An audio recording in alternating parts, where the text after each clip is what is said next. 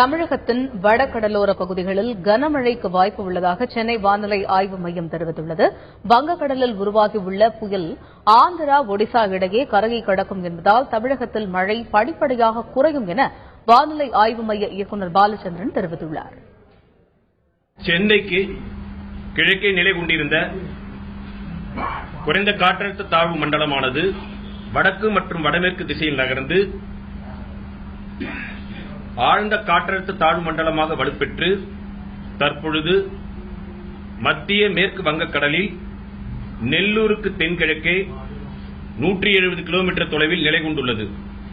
இது மேலும் வடக்கு மற்றும் வடகிழக்கு திசையில் நகர்ந்து அடுத்து வரும் 24 மணி நேரத்தில் புயலாக வலுப்பெற்று ஆந்திரா மற்றும் ஒடிசா கடற்கரையை ஒட்டி நகரக்கூடும் என்று எதிர்பார்க்கப்படுகிறது. இதன் காரணமாக அடுத்து வரும் 24 மணி நேரத்தில் தமிழகத்தில் அநேக இடங்களில் மழை பெய்யலாம். கனமழையை பொறுத்தவரையில் வட கடலோர மாவட்டங்களில் ஒரு சில இடங்களில் கன மற்றும் மிக கனத்த மழை இருக்கக்கூடும். தென் தமிழகத்தை பொறுத்தவரையில் ஓரிரு இடங்களில் கனமழை பெய்வதற்கான வாய்ப்பு உள்ளது. இந்த குறைந்த காற்றழுத்த தாழ்வு மண்டலமானது தமிழகத்தை விட்டு நகர்ந்து செல்வதால் படிப்படியாக மழையின் அளவு குறையும்.